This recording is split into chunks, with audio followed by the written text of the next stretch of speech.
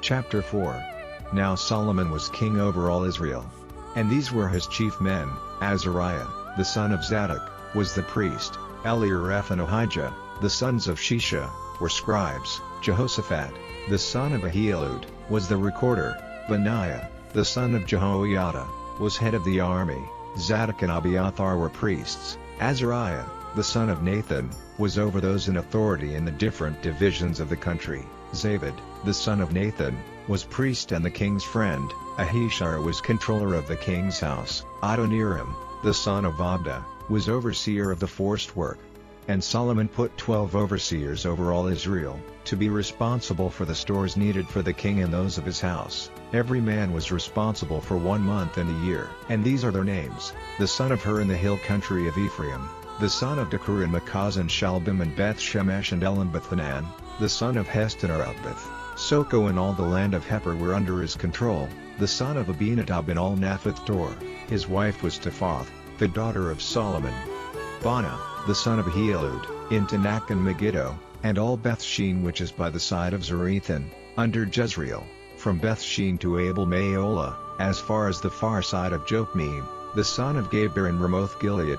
He had the towns of Yair, the son of Manasseh, which are in Gilead, and the country of Argob, which is in Bashan, 60 great towns with walls and locks of brass. Ahinadab, the son of Edo, in Mahanaim, Ahimaaz and Naphtali. He took Basemath, the daughter of Solomon, as his wife; Bana, the son of Hushai, in Asher and Aloth; Jehoshaphat, the son of Paruah, in Issachar; Shimei, the son of Elah, in Benjamin; Geber, the son of Uri, in the land of Gilead, the country of Sihon, king of the Amorites; and Og, king of Bashan, and 1 overseer had authority over all the overseers who were in the land. Judah and Israel were as great in number as the sand by the seaside, and they took their food and drink with joy in their hearts. And Solomon was ruler over all the kingdoms from the river to the land of the Philistines, and as far as the edge of Egypt. Men gave him offerings and were his servants all the days of his life. And the amount of Solomon's food for 1 day was 30 measures of crushed grain and 60 measures of meal, 10 fat oxen and 20 oxen from the fields, and 100 sheep, in addition to harts and gazelles and roes and fat fowls.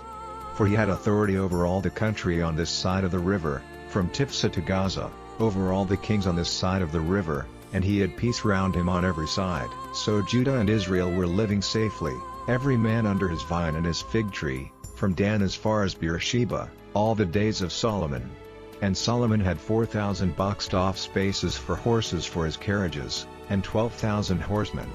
And those overseers, every man in his month, saw that food was produced for Solomon and all his guests. They took care that nothing was overlooked. And they took grain and dry grass for the horses and the carriage horses, to the right place, every man as he was ordered. And God gave Solomon a great store of wisdom and good sense, and a mind of wide range, as wide as the sand by the seaside. And Solomon's wisdom was greater than the wisdom of all the people of the east and all the wisdom of Egypt. For he was wiser than all men, even than Ethan the Ezrahite, and Heman and Calcol and Darda, the sons of Mahol, and he had a great name among all the nations round about. He was the maker of 3,000 wise sayings, and of songs to the number of 1,005. He made sayings about all plants, from the cedar in Lebanon to the hyssop hanging on the wall, and about all beasts and birds and fishes and the small things of the earth. People came from every nation to give ear to the wisdom of Solomon, from all the kings of the earth who had word of his wisdom.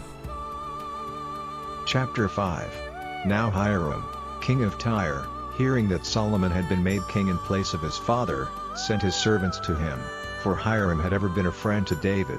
And Solomon sent back word to Hiram, saying, You have knowledge that David my father was not able to make a house for the name of the Lord his God, because of the wars which were round him on every side, till the Lord put all those who were against him under his feet.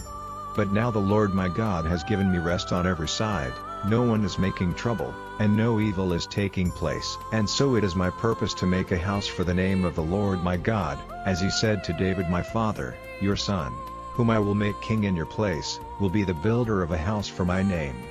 So now, will you have cedar trees from Lebanon cut down for me, and my servants will be with your servants, and I will give you payment for your servants at whatever rate you say, for it is common knowledge that we have no such woodcutters among us as the men of Zidon.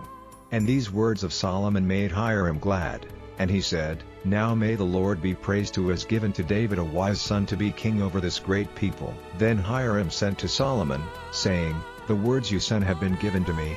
I will do all your desire in the question of cedar wood and cypress wood. My men will take them down from Lebanon to the sea, where I will have them corded together to go by sea to whatever place you say, and I will have them cut up there so that you may take them away. As for payment, it will be enough if you give me food for my people." So Hiram gave Solomon all the cedar wood and cypress wood he had need of, and Solomon gave Hiram 20,000 measures of grain, as food for his people, and 20 measures of clear oil. This he did every year. Now the Lord had given Solomon wisdom, as he had said to him, and there was peace between Hiram and Solomon, and they made an agreement together. Then King Solomon got together men for the forced work through all Israel, 30,000 men in number, and sent them to Lebanon in bands of 10,000 every month. For a month they were working in Lebanon and for 2 months in their country, and Adoniram was in control of them. Then he had 70,000 for the work of transport, and 80,000 stonecutters in the mountains, in addition to the chiefs of the responsible men put by Solomon to oversee the work, 3,300 in authority over the workmen. By the king's orders great stones, stones of high price, were cut out, so that the base of the house might be made of squared stone. Solomon's builders and Hiram's builders did the work of cutting them, and put edges on them, and got the wood and the stone ready for the building of the house. Chapter 6. In the 480th year after the children of Israel came out of the land of Egypt, in the 4th year that Solomon was king of Israel, in the month Ziv, which is the 2nd month, the building of the Lord's house was started. The house which Solomon made for the Lord was 60 cubits long, 20 cubits wide and 30 cubits high. The covered way before the temple of the house was 20 cubits long, as wide as the house, and 10 cubits wide in front of the house. And for the house he made windows, with network across, and against the walls all round, and against the walls of the temple and of the inmost room, he put up wings, with side rooms all round, the lowest line of them being 5 cubits wide, the middle 6 cubits wide and the third 7 cubits, for there was a space all round the outside walls of the house so that the boards supporting the rooms did not have to be fixed in the walls of the house. And the stones used in the building of the house were squared at the place where they were cut out. There was no sound of hammer or axe or any iron instrument while they were building the house. The door to the lowest side rooms was in the right side of the house, and they went up by twisting steps into the middle rooms, and from the middle into the third. So he put up the house and made it complete, roofing it with boards of cedar wood. And he put up the line of side rooms against the walls of the house, 15 cubits high, resting against the house on boards of cedar wood. And the word of the Lord came to Solomon, saying, "About this house which you are building, if you will keep my laws and give effect to my decisions and be guided by my rules, I will give effect to my word which I gave to David your father. And I will be ever among the children of Israel, and will not go away from my people." So Solomon made the building of the house complete. The walls of the house were covered inside with cedar wood boards. From the floor to the roof of the house they were covered inside with wood, and the floor was covered with boards of cypress wood. And at the back of the house a further space of 20 cubits was shut in with boards of cedar wood, for the inmost room. And the house, that is, the temple, in front of the holy place was 40 cubits long. All the inside of the house was cedar wood, ornamented with designs of buds and flowers. No stonework was to be seen inside. And he made ready an inmost room in the middle of the house, in which to put the ark of the agreement of the Lord.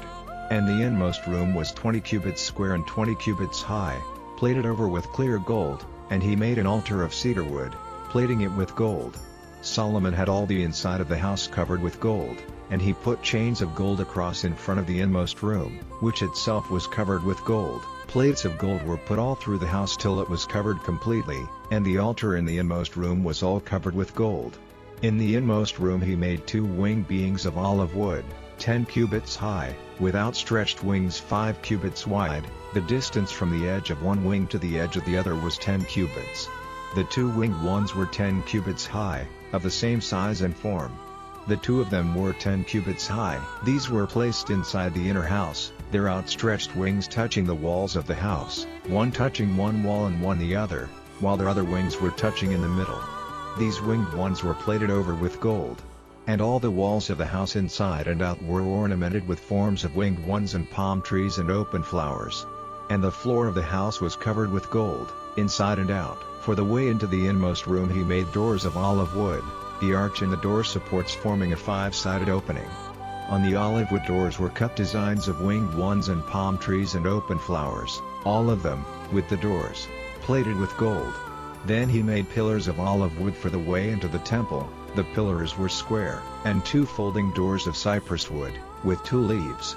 These were ornamented with designs of winged ones and palm trees and open flowers, plated over with gold. And the inner space was walled with 3 lines of squared stones and a line of cedarwood boards.